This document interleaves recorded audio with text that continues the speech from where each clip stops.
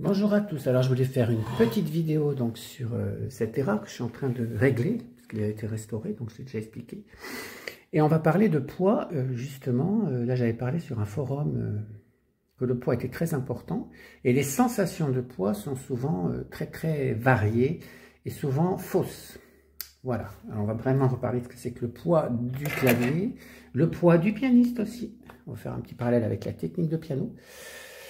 Donc moi, n'ayant pas de poids à ma disposition, j'ai pris tout simplement des pièces. Voilà. Parce qu'on a le poids exact, c'est une pièce de 20 centimes qui fait 5,74 grammes exactement.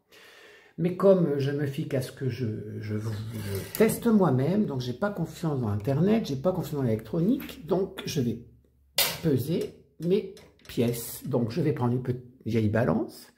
Je vais mettre 10 pièces, donc si vous avez suivi, je vais avoir 57 grammes exactement, donc elle est étalonnée, vous voyez. Et je mets 57 tout rond, voir déjà si ça correspond. Ah, ben voilà. Alors là, ma balance me dit que c'est un peu... Je remonte un petit peu. Voilà, je suis pratiquement en face, vous voyez, de la... Voilà. Et donc, j'ai 56 et demi, voilà, donc c'est bon. Donc, on va partir sur ça, c'est plus la peine de peser. Alors, comme je suis parti des cotes de notre ami PTB sur le forum, je vais pas... J'ai toute confiance dans sa chose, donc je vais partir sur 50 grammes, c'est-à-dire environ 7 pièces, pardon, oui, 50 grammes environ. Ça se fera à peu près 7 pièces, donc j'en prends 5, vous voyez, et j'en rajoute 2, voilà. Il faudrait bien vérifier qu'elle soit... Bon, celle-ci est oxydée, on va en prendre mieux. Voilà, je les prends. J'ai donc mes 2 pièces supplémentaires et je vais les positionner. Alors, pas à l'aigu, je vais le faire au changement des étouffoirs pour expliquer. Alors, sur cette erreur, entre si et do, vous avez un changement d'étouffoir. Alors, il y a 2 phénomènes sur ce piano. C'est que là, vous avez une chasse qui est très faible parce que je vais régler le piano. Et là, j'ai pas fini. Donc, j'ai une chasse très importante. Oula. Donc, je réplique. Sur le si, vous avez un étouffoir qui va se lever et ici, plus d'étouffoir. Alors, pourquoi je parle des étouffoirs? Parce qu'au bout de la touche, vous avez aussi sur les erreurs un système qui pilote les étouffoirs. C'est-à-dire qu'il va créer un peu de poids supplémentaire pour pousser le pilote. Soit par ressort, soit par baïonnette, enfin, peu importe. Alors, donc, vous allez voir tout de suite le phénomène. Donc, je mets mes... Alors, 1, 2, 3, il y en a que 6. On va tester. Donc, vous voyez, déjà, les 6 pièces ne suffisent pas à enfoncer la touche. Alors, on va quand même tester avec la pédale. C'est-à-dire, je vais mettre la pédale, vous voyez, en bas. Donc, je vais alléger toute la petite barre d'étouffoir et voir ce qui se passe au niveau de la touche. Il ne se passe rien. Bon. Donc, ça veut dire que là, j'ai pas assez de poids. Donc, je rajoute et voilà, ma 7e est mise, vous voyez, elle s'est baissée. Vous voyez, quand je relève la pédale, alors, il faut les mettre évidemment bien au bord, parce que les rares, il manque de longueur de touche. Voilà, pour être un peu dans les cotes modernes. Donc, j'enfonce là, j'allège la pédale. Vous voyez, ça descend. Donc, bon, c'est pas la peine d'aller plus loin, ça veut dire que la touche s'enfonce. Alors, mais, vous voyez, elle va résister, puisque là, j'ai l'échappement qui arrive. Je suis bien à 7 pièces. Vous calculerez 7 pièces, c'est ce que j'avais dit au début. Alors, 5 pièces, ça fait 40. Donc 7, ça doit faire... voilà. Donc c'est au-dessus des cotes que j'avais annoncées. Nettement au-dessus. Donc ça veut dire que les erreurs, bizarrement, on a l'impression de légèreté, mais voilà, c'est relatif, encore une fois. Cette sensation, moi j'avais donné des chiffres, je revérifierai, mais beaucoup moindres que ceci. On va essayer la pièce, l'enfoncement sur la touche où il y a des chasses très importantes. Il n'y a plus d'étouffoir, donc c'est pas la peine que je... Vous voyez, on a la même chose que si je mets la pièce ici. Ah, elle résiste un peu mieux. Ah, pardon, j'ai baissé le... Voilà, là c'est sur la pièce qui a une chasse très faible.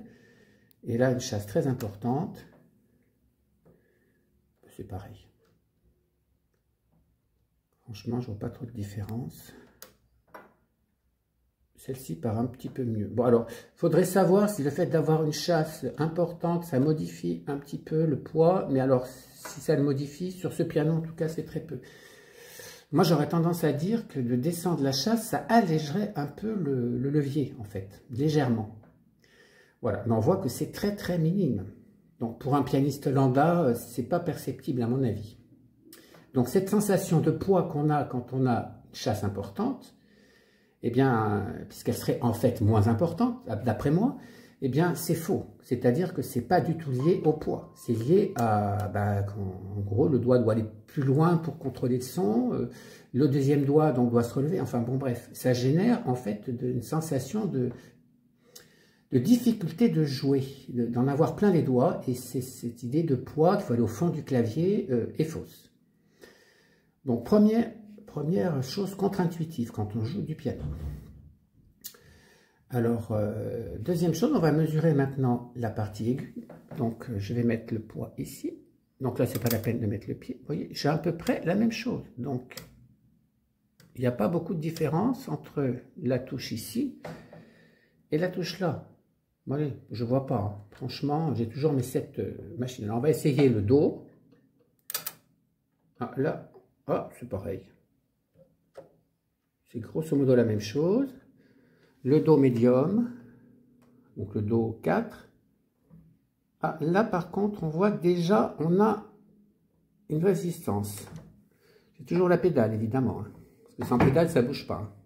On va faire la même test, on va pas mettre la pédale et on va voir combien il faut pour résister. Vous voyez, là, j'ai rajouté ma pièce, on voit bien que c'est la même résistance du pilote au fond. Et dès que j'enlève la pédale, vous voyez, la touche s'enfonce. Voilà. Donc là, c'est net, il nous faut une pièce supplémentaire, donc je suis à 8 pour enfoncer le Do jusqu'à l'échappement. On va revenir, tiens, sur 2 minutes sur l'échappement qu'on voit ici. Là, vous voyez, je mets... Voyez, la pièce, même les pièces, les 7 pièces, les 8 pièces que j'ai ne résistent pas à l'échappement. Donc ça bloque ici. Voilà. Celle-ci, je vais l'enfoncer au doigt. Je ne sais pas si on voit. Voilà. Il y a une différence de niveau d'échappement. Ça peut paraître minime. Alors, je ne sais pas si je vais le tester au doigt. Voilà, l'échappement, il est là. Ici.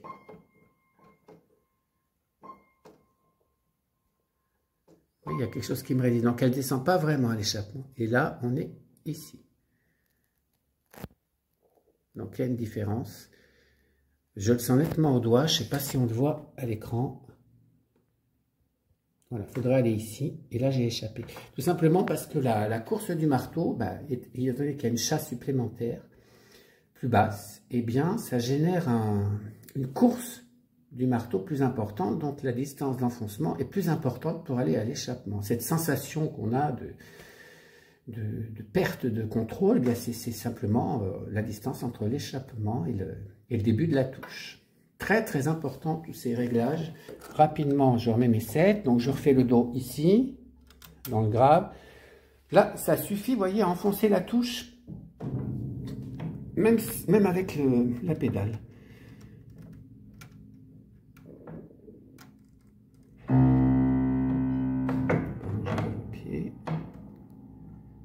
Voilà, donc là on sent aussi qu'il faudrait une petite pièce de plus. Voilà.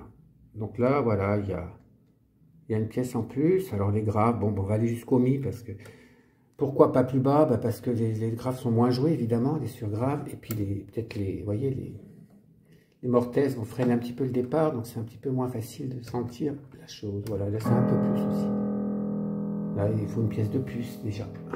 Pour que ça s'enfonce nettement. Mais là c'est au feeling. Voilà.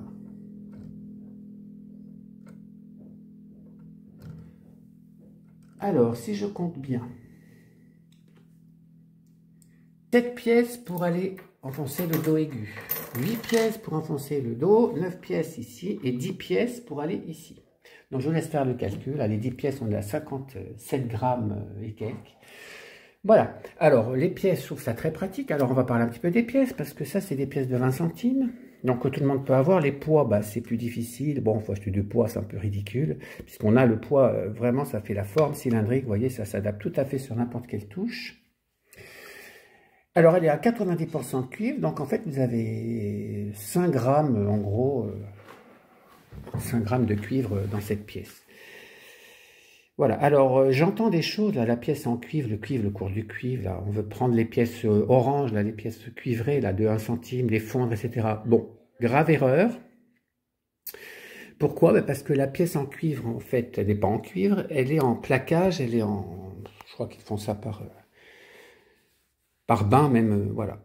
Donc elle est en acier, recouvert de cuivre. Voilà, en gros avec des procédés compliqués, mais enfin peu importe.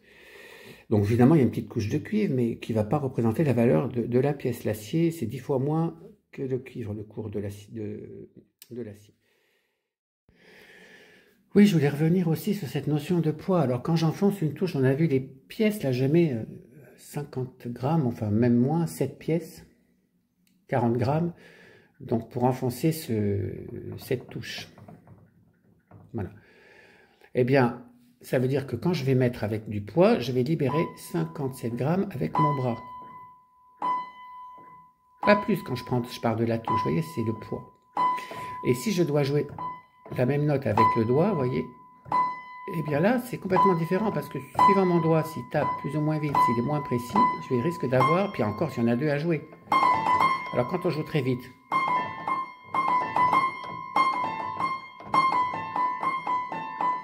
là, pour avoir un pianissimo comme ça, c'est impossible avec le doigt. Voilà, donc le poids, ça sert toujours de contrôle sur le piano. C'est donc la technique que les Russes utilisent beaucoup, la technique russe, de poids. On n'en parle pas assez maintenant. Donc en fait, pour jouer bien du piano, il faut avoir la multitechnique, c'est-à-dire qu'il faut savoir bien sûr jouer beaucoup digitalement, c'est-à-dire contrôler, parce qu'il y a des fois on ne peut pas. Par exemple, je joue ça très vite.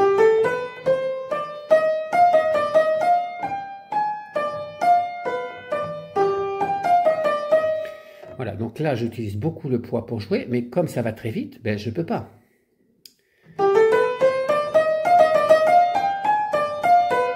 Ouais, je suis obligé de mettre des petites impulsions et c'est très difficile de contrôler chaque impulsion. Il n'y a pas de transfert de poids. Alors que là, je vais être obligé d'utiliser...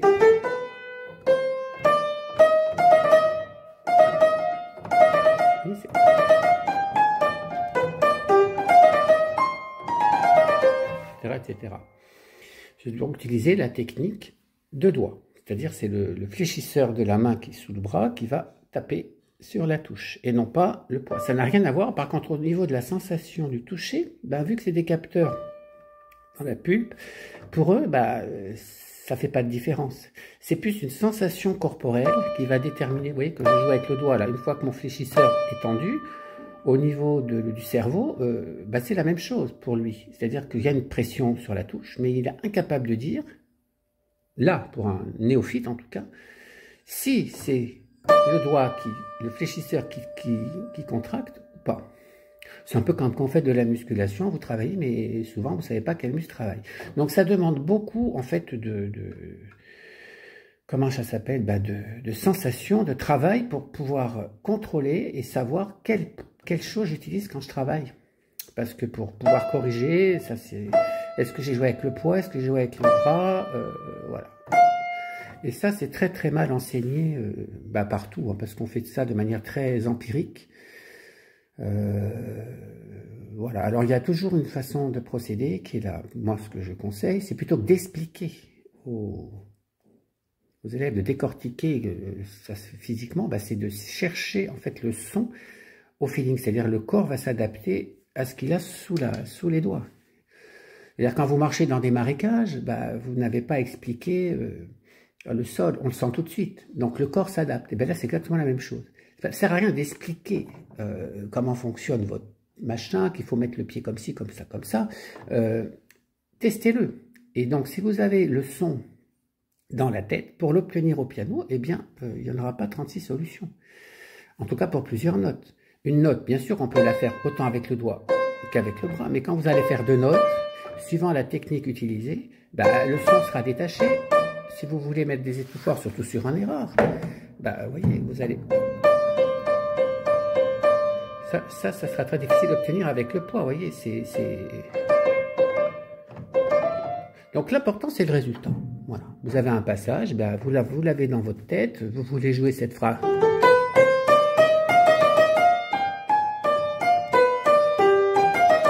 ce tempo, ben, c'est pas la peine de le jouer avec les doigts, vous n'aurez pas l'égalité. Ça fait très mécanique. Par contre, si vous voulez quelque chose de rapide, vous